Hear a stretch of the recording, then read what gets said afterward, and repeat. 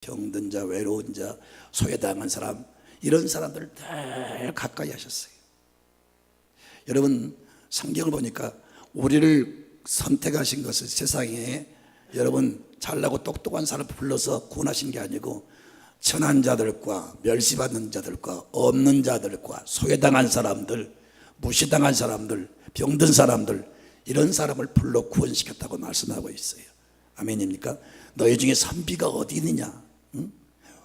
우리 가운데 여러분 정말 똑똑하고 잘난 사람이 어디 있느냐는 거예요. 다 알고 보면 죄와 허물로 정말 소망이 없는 저희들을 불러주시고 구원해 주셨습니다. 감사해야죠. 예수님 사역 말기에 낮에는 예루살렘에서 사역을 하시고 밤에는 베다니라고 하는 곳에서 유숙을 하셨습니다. 베다니는 예루살렘에서 동쪽으로 바라보면 감람산이 있어요. 그 1km 전방 감람산 그 동쪽 기슭에 조그만 상가 마을인데 현재 이슬람 신도들이 거기에 여기 모여서 사는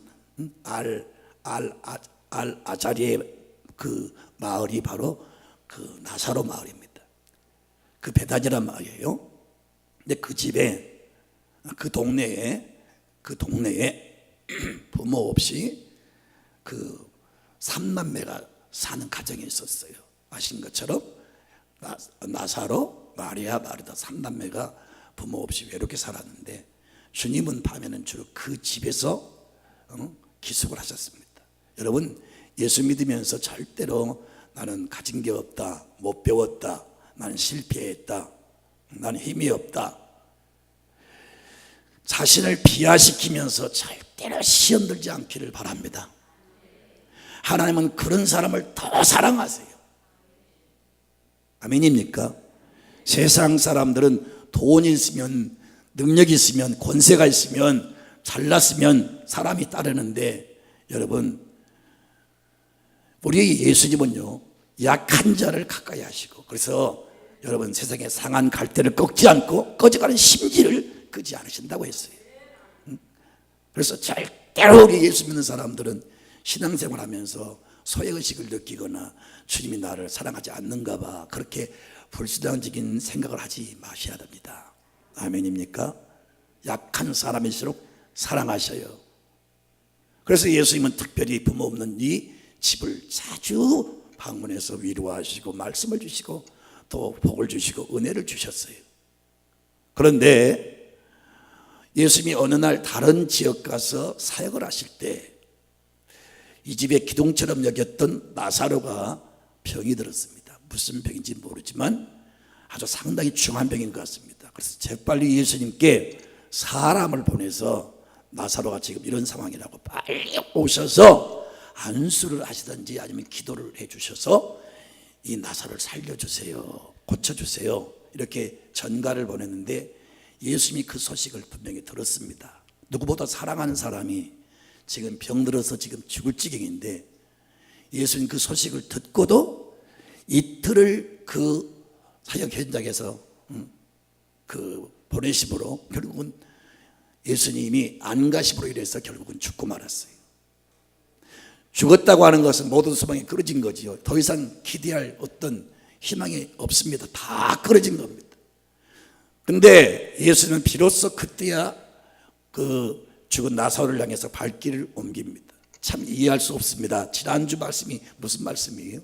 나면서부터 소경된 사람이, 제자들은 정죄의식을 가지고 이 사람이 소경된 것은 이 사람의 죄 때문입니까? 아니면 이 사람의 부모의 죄 때문입니까?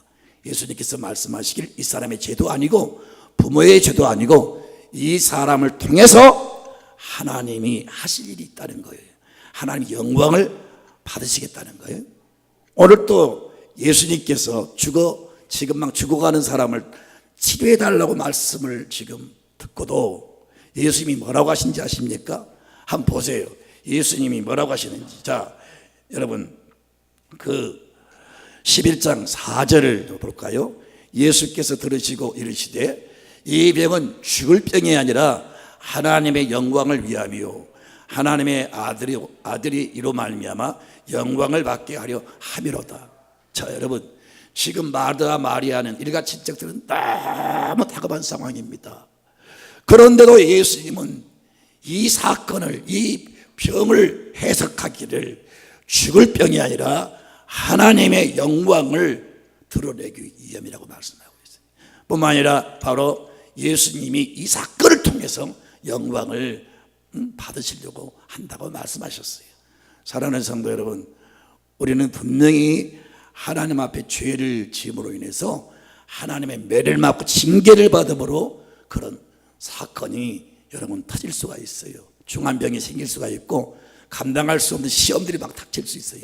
그런 경우는 반드시 철저히 회개하면 하나님이 다 깨끗이 용서하시고 그 모든 것을 고쳐주십니다. 그런데 죄와 상관없이 누구보다 주님이 사랑했던 이 가정에 큰 이 중환병이 생겼단 말이에요. 그런데 예수님이 설명하시기를 죽을 병이 아니다.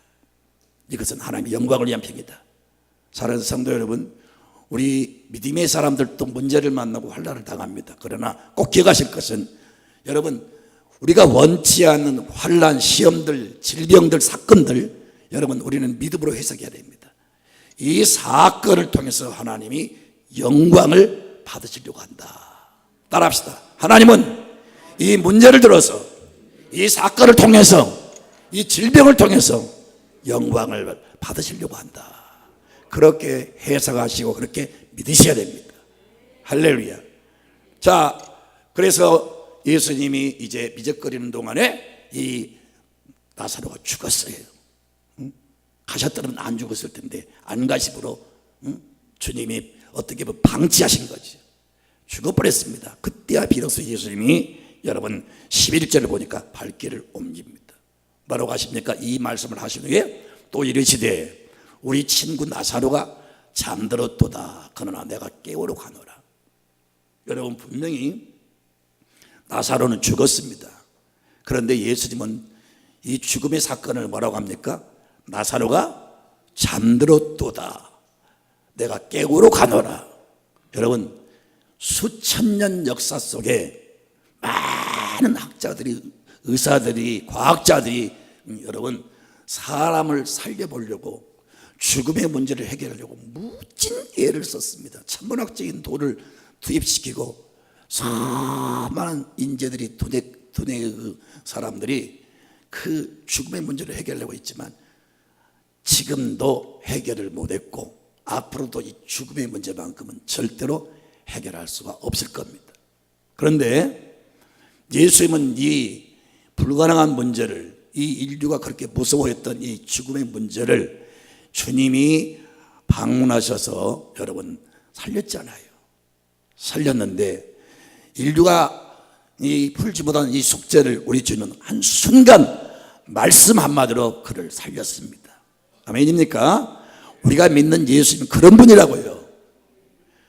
인류 역사 가운데 이런 능력과 권세를 가진 자가 누가 있어요? 당장 여러분 4대 종교 지도자들 보세요. 마호메트, 공자, 맹자, 여러분 석가모니, 누가 죽음에서 여러분 사람을 살렸습니까?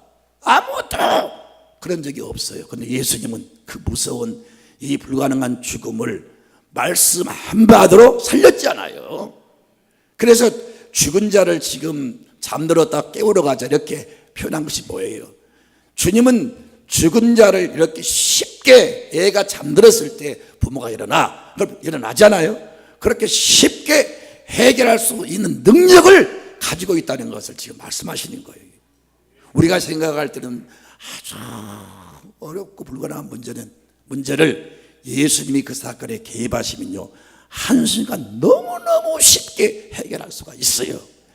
그리고 잔머리 굴리지 말고 여러분 인간의 깨와 수다를 앞세우지 말고 우리 성도들은 문제가 생겼을 때 주님 도와주세요. 주님 이 사건에 개입하셔서 역사해 주세요. 응답해 주세요. 해결해 주세요. 그렇게 기도하시면 우리 주님이 그 사건 속에 개입하신다면 거뜬히 쉽게 해결하실 수 있을 줄로 믿습니다. 우리가 믿는 주님은 그런 분이에요. 아멘입니까? 그런 능력과 그런 영권을 가진 분이에요. 그러면 낙심하지 말고 그 주님을 의지하고 주님의 이름을 부르시기를 바랍니다. 자, 이제 여러분 주님이 그 장례 사람이 죽은 그 현장에 가셨습니다.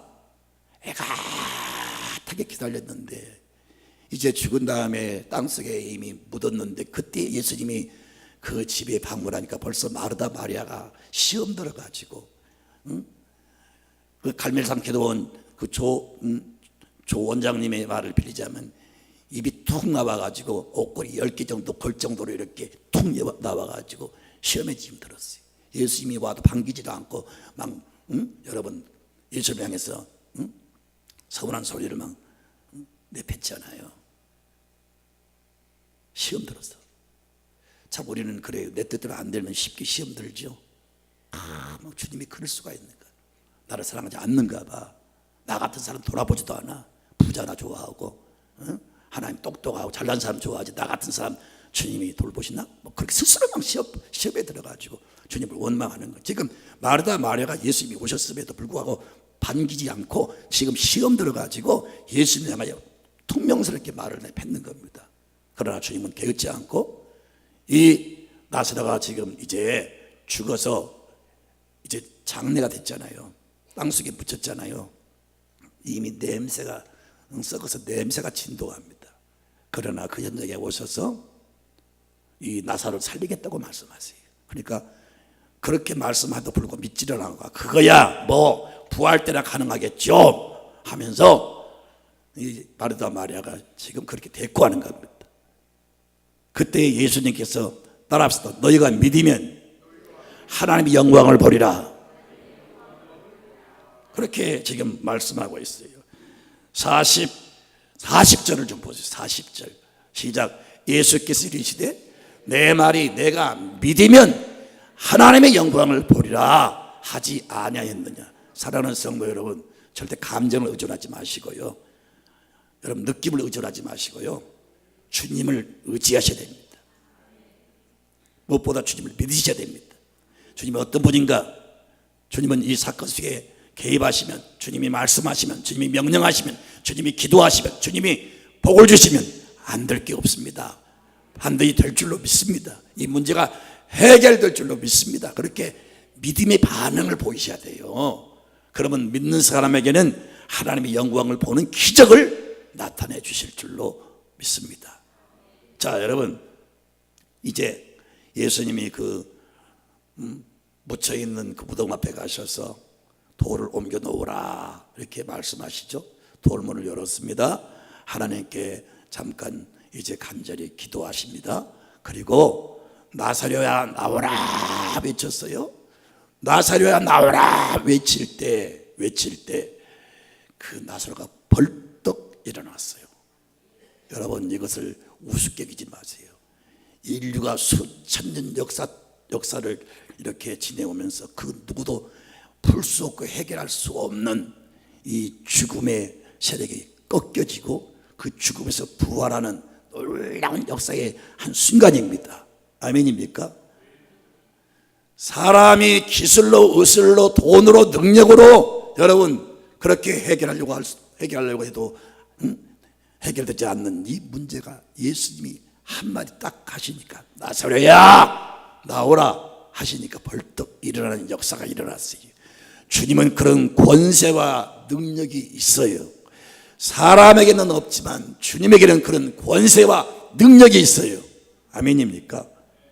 벌떡 일어났습니다. 하지만 지금 수족을 지금 꽉 묶어두었기 때문에, 그리고 수의를 입혀서 딱 이렇게 묶어두어서 꼼짝할 수가 없어요. 그때 예수님이 풀어놓아 다니게 하라. 다 풀었습니다.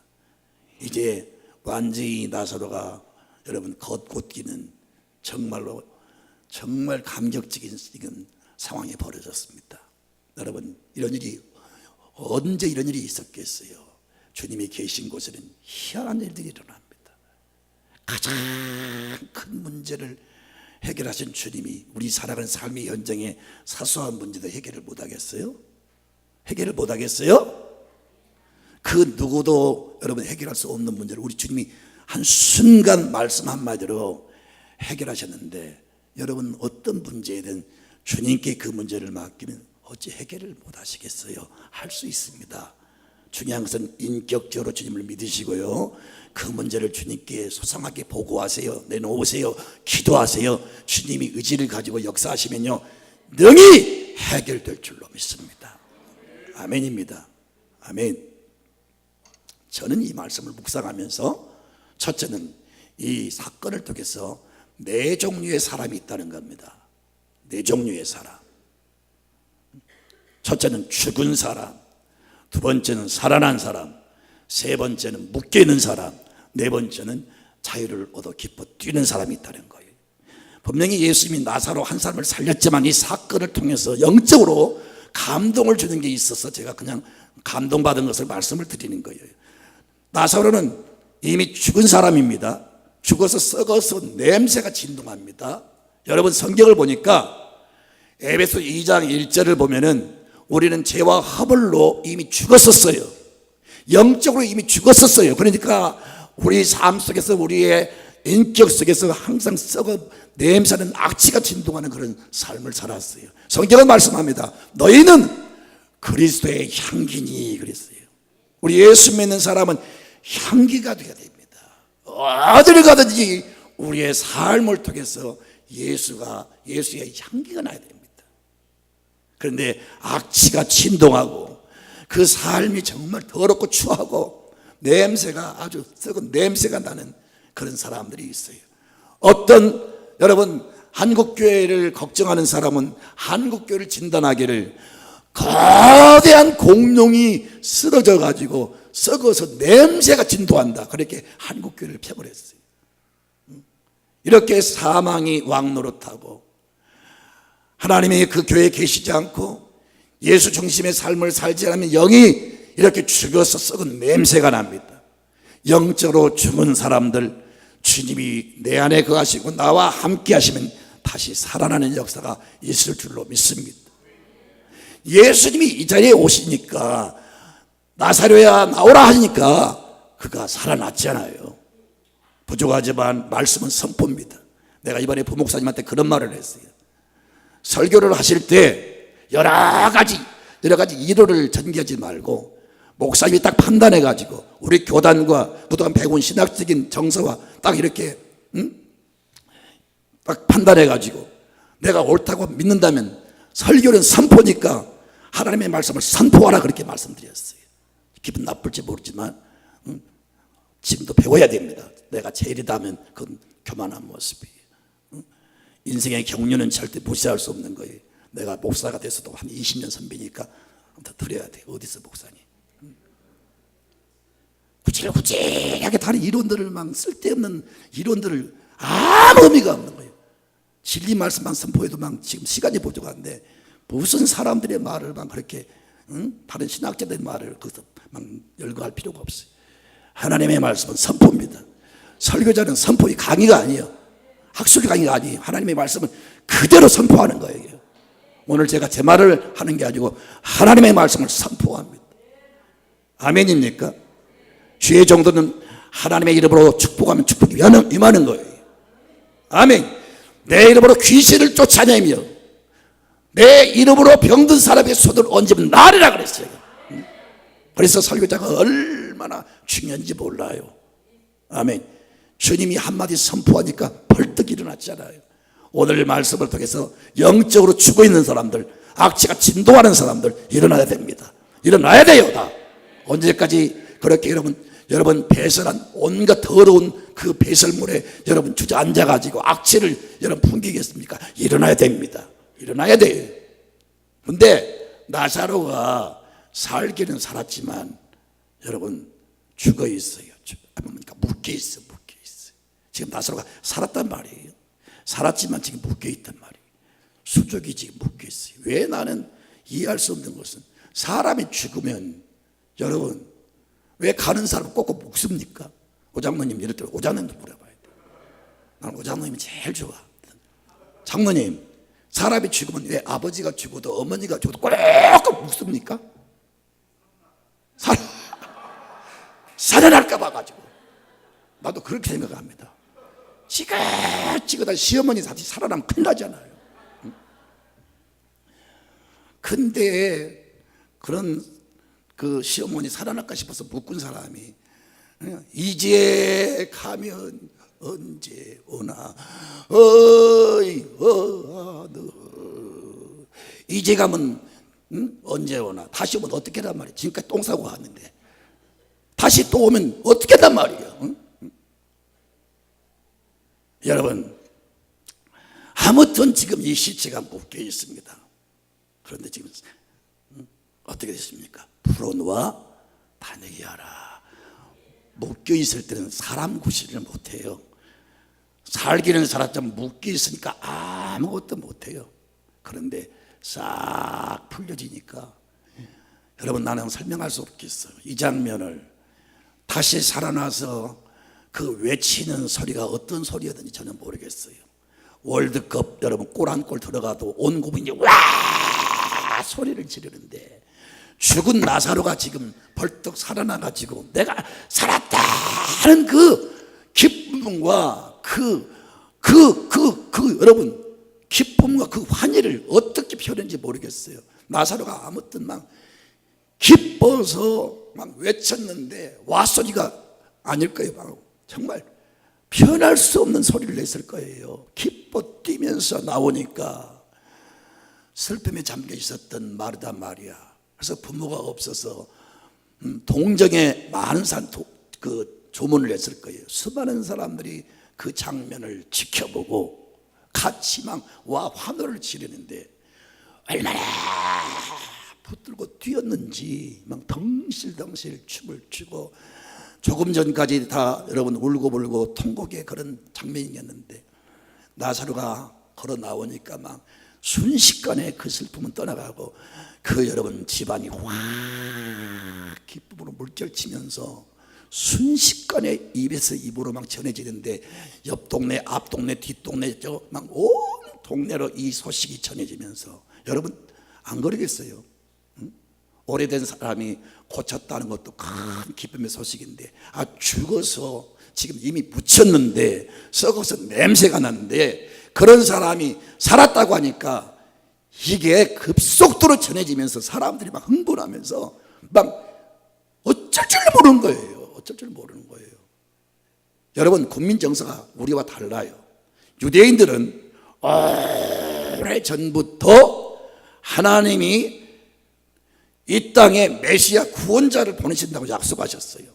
그래서 어릴 때부터 우리 민족을 위해서 하나님이 메시아 구원자를 보내신다. 그래서 오랜 그 역사가 흘러왔지만은 조상들부터 계속 대대로 그리고 현재를 살아간 유대인들은 하나님이 보내시겠다는 메시아를 기다리고 있는 겁니다.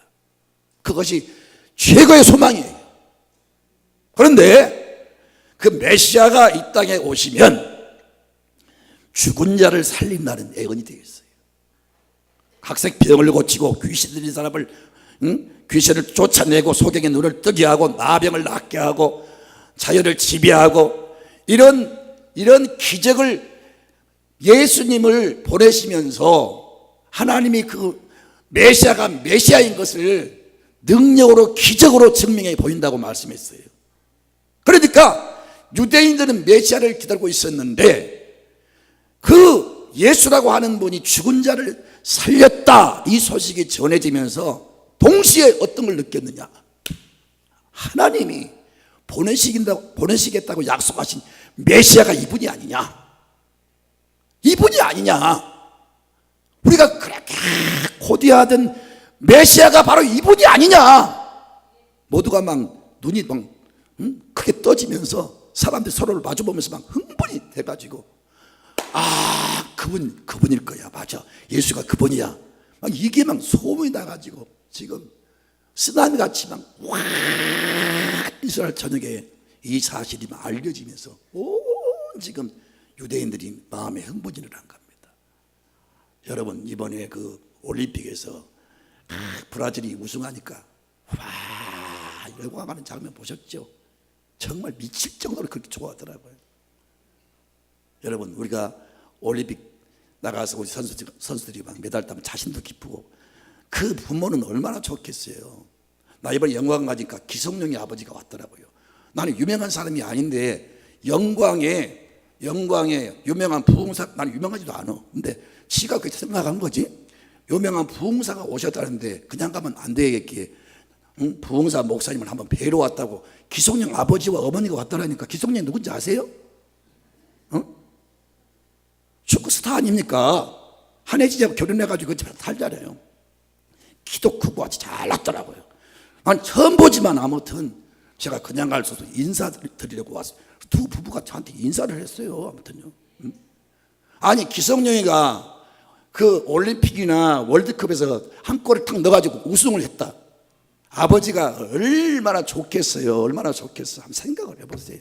유대인 전체가 다 지금 예수가 나사로를 살렸다 이 사건이 전해지면서 온 나라가 지금 들떠 있는 겁니다. 자, 여러분, 그럴 때 예수님이 그러니까 그 당시 또 여러분 다 타이밍을 하루에 맞추어서 이 사건을 터뜨리는데, 유대인들이 가장 큰 명절을 지키는데 그 명절이 무슨 명절입니까? 유월절 명절이 다가오고 있잖아요.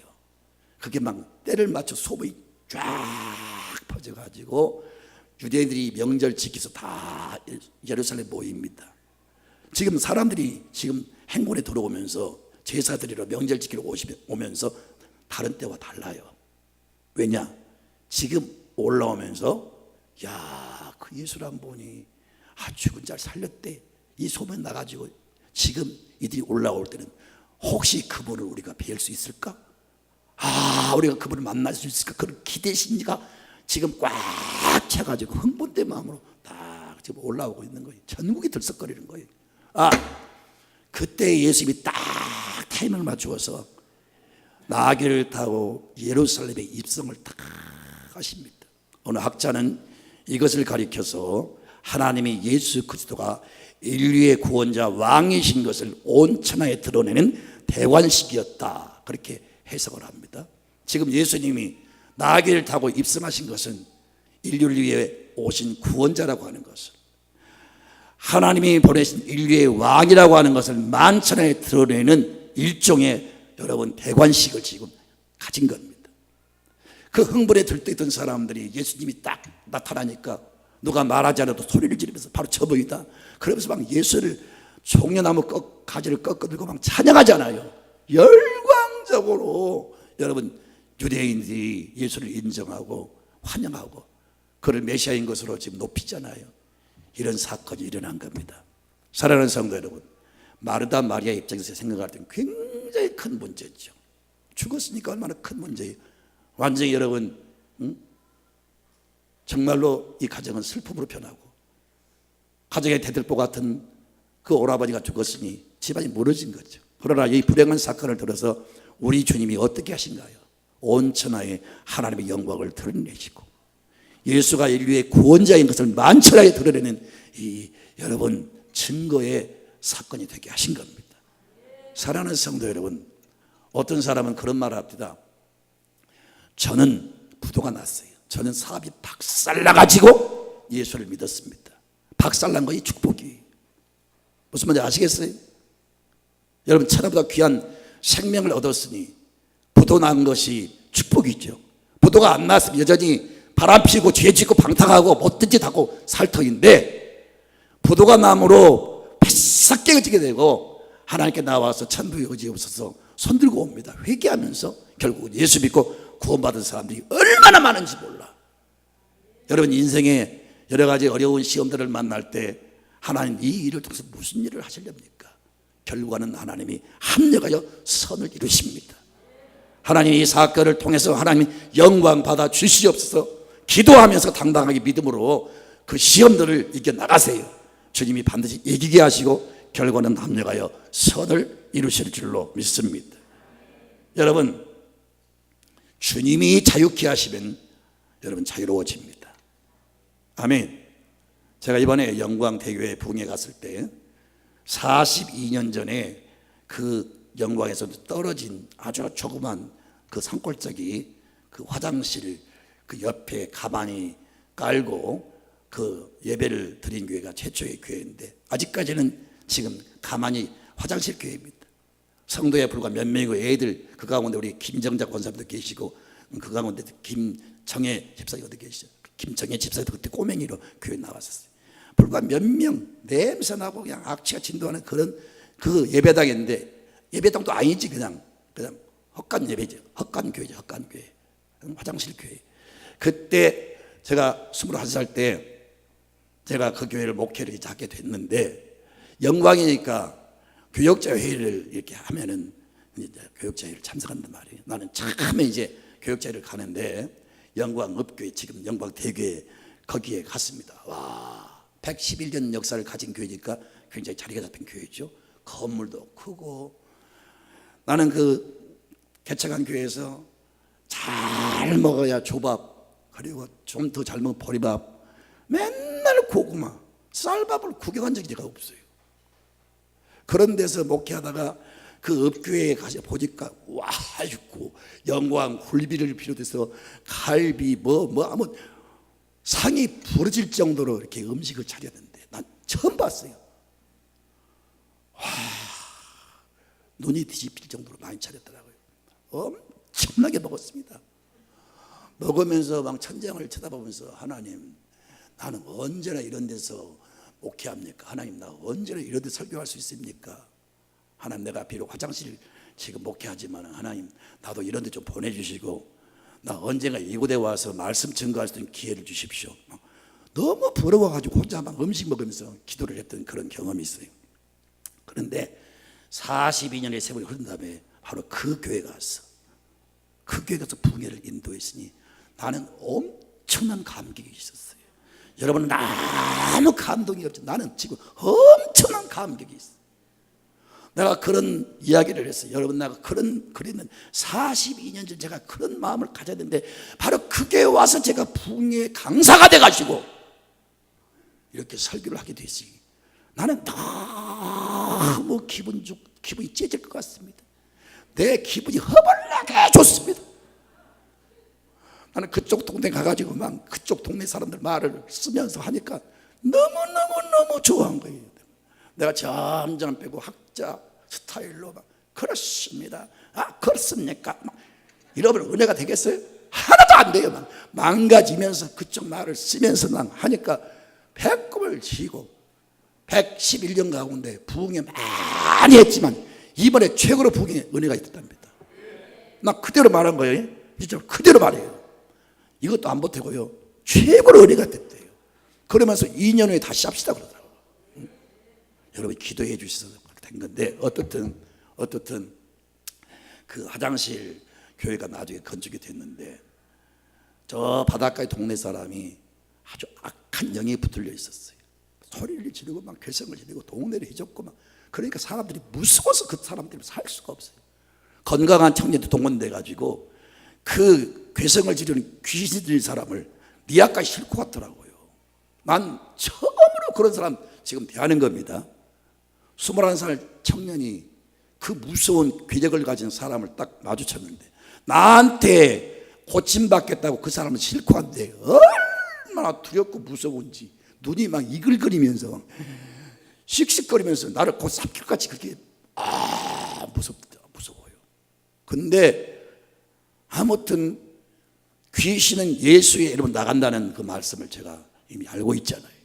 귀신 들리면요, 의술도 침술도 절대로 해결 못합니다.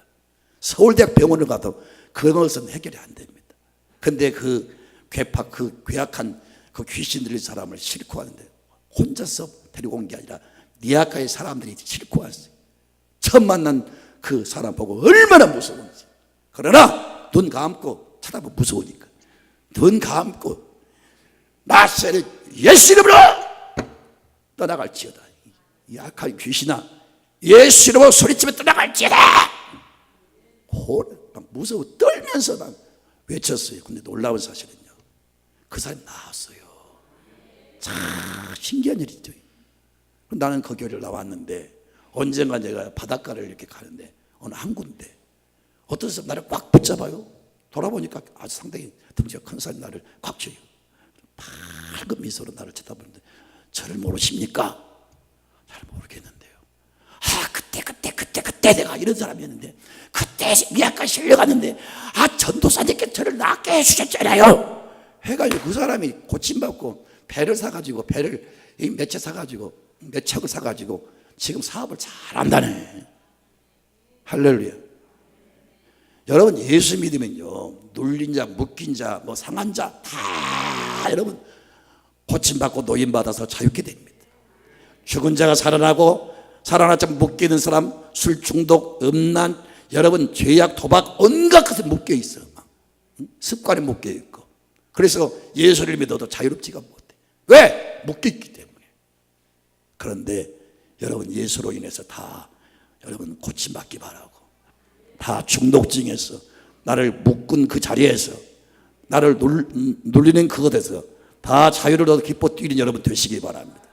그래서 이 집안으로 인해서 이 나사로가 온 유대인들의 마음을 흥분케 하고 예수가 하나님이 보내신 메시아인 것을 만천하에 드러내는 주인공이 된 것처럼 여러분 때문에 허다한 사람이 죽게 돌아오고 구원받는 역사가 있기를 축원드립니다.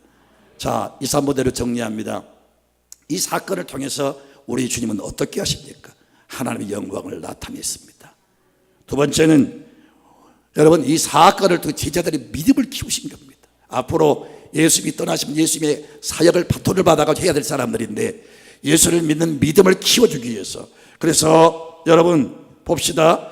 요한복음 11장 15절을 봅시다. 시작. 내가 거기 있지 아니한 것을 너희를 이와여 기뻐하노니 너희로 믿게 하려 함이라. 아멘입니까?